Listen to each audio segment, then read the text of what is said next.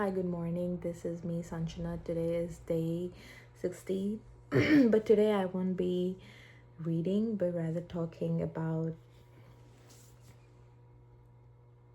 how I want to be loved. I want to be loved and perceived for my perception of the world because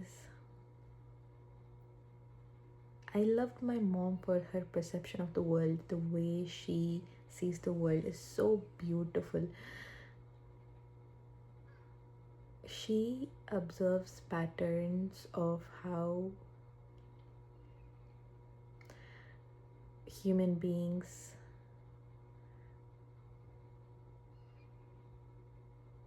think or perform actions compared to other people who perceive people as dangerous and taking advantage of. She is someone who is filled with unconditional love for her perception. She made me look at the world in that perception, and her perception is so beautiful. She observes all the smallest things, and she observes the squirrels, and she points it out, and the joy she radiates when she looks at that stuff is very beautiful. It is so natural and it feels so expansive. My mom is a very good looking woman, but apart from that, there is more to her. The way she talks to children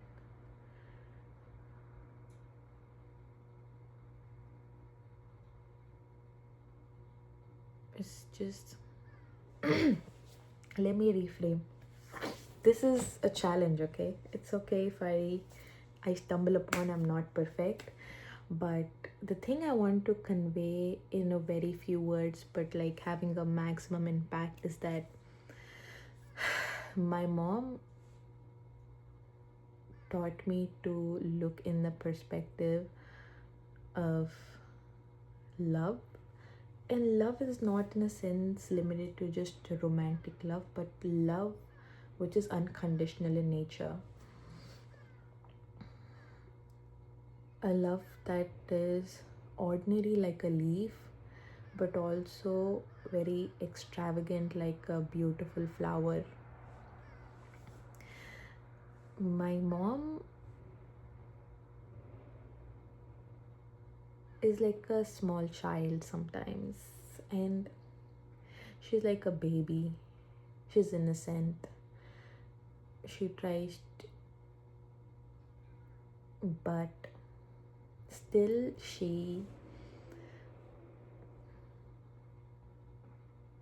like her baseline is love. She tries to be strategic, but she's just her complete sovereign self.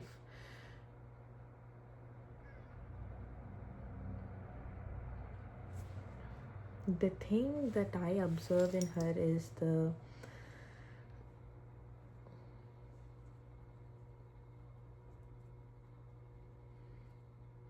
amount of care she's taken to show us that the world is beautiful and humans are just people who are figuring it out. It takes a lot of courage for me, but for it's very simple. She just she does put up some kind of walls to protect herself, but deep down she knows it's no use. And that's what I have observed, and that's what I got to. Sometimes I wish my dad could see her from the way I see her, because she's the most beautiful woman I've ever seen. Beautiful in all the levels. I'm talking about beautiful in the way she thinks, beautiful in the way she perceives the reality, beautiful in the way she cooks,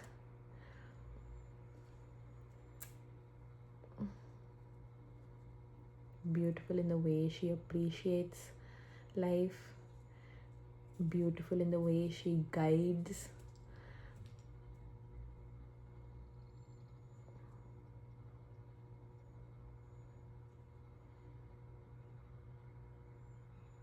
The way she parented me or guided me. She gave her best in her motherhood, though she believes that she didn't do anything. But I'm not saying this merely because I love my mom, but to actually take time to appreciate the time she took to actually make me understand stuff. It was not at all hard. It was not at all hard. And on top of this, my grandmother, she's another league. My mother is another, like, everyone is unique in their own way. My grandmother is a very disciplined woman, and I love that discipline that she has. The way she views reality as a very structured system.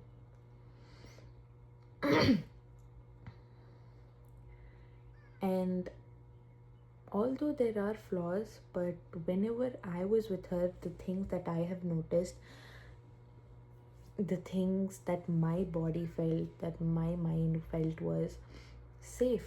Safe. My body always felt safe. Obviously, everyone feels safe around their grandmothers, but the thing I'm trying to describe here is the way she did all of the smallest things. I'm trying to think of everything. A person's patterns can be observed in their day-to-day lives. The way she kept her house very organized, very minimal, that shows that her presence in her mind is also very minimal. She's a woman who, unlike my mother, my mom is very curious. She likes to observe and like learn. My grandmother, I felt like she already observed everything and she built her stuff on top of it. I'm talking a lot of metaphors, so you need to understand there is depth to each and every word that I'm talking about. And you might have observed that in your own people in your life. We do observe a lot of people, and the way we talk to them is again connected culturally. And okay, I'm diverting, but the thing is, my grandmother is a very structured woman. My mom is also structured, but she has her own complex structure that now, being a 23-year-old woman, I could understand. She's a very independent woman, and that's what independent is, not in the sense like a bad independent. Like, I'm talking about an independent human, not a woman, human. She is her own stabilizer. She doesn't depend on other people to stabilize her. Like, most of the relationships that I have seen is where the couple stabilize each other. My father does play a role, but I feel like my mom stabilizes herself 80% of the time. And my grandmother, I'm not sure about that. The only thing I felt with my grandmother was unconditional love. Like, there is no transaction between an elderly woman and a small child.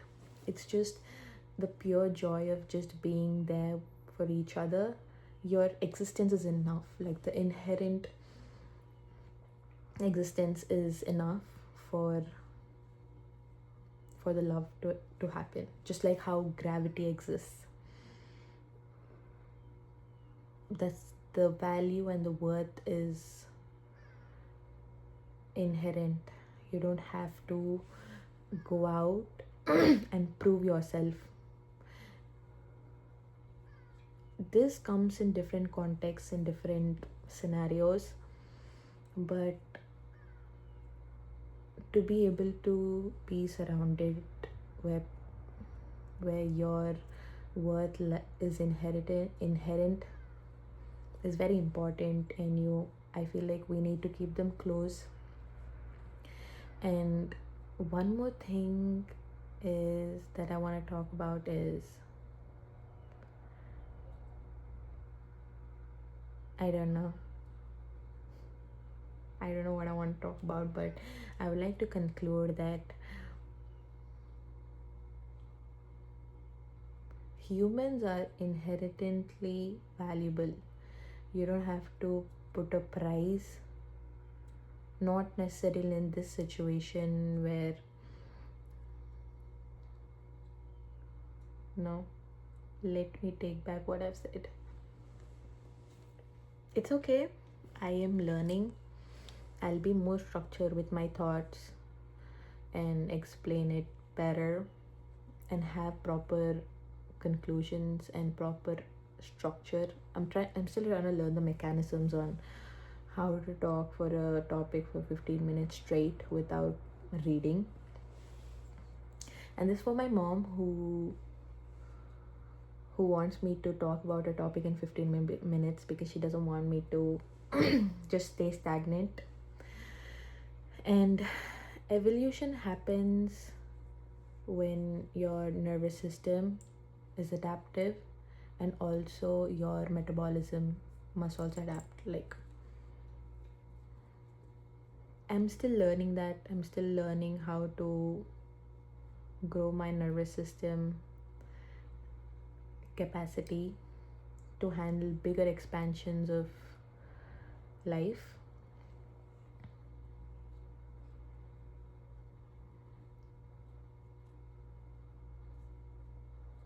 It's okay to have silence in between.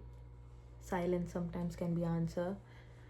You don't have to fill up the space by continuously talking. Silence can be a good thing, and silence is also telling you something. This for me actually, because I find void a little uncomfortable. Void is a space where you can collapse and a new structure is forming. And these are all the learnings from the books I've read, but also the realizations that I've got. And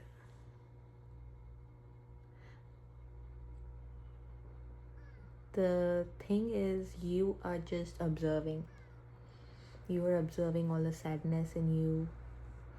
You are observing all the happiness, all the strategies that people are playing, and all the everything. I really love that the culture that I've been in talks about this by Vedanta, and I would really, there's nothing much to explore there. We're like very clear on it. Recently I came across this sentence called the eye of the storm, where it talks about, like, in the when the storm is happening, the eye, the center of the storm, it just observes. Like, it I don't know how to talk to you, but look up what eye of a storm means, and it's just beautiful. We have to be like eye of the storm. Thank you.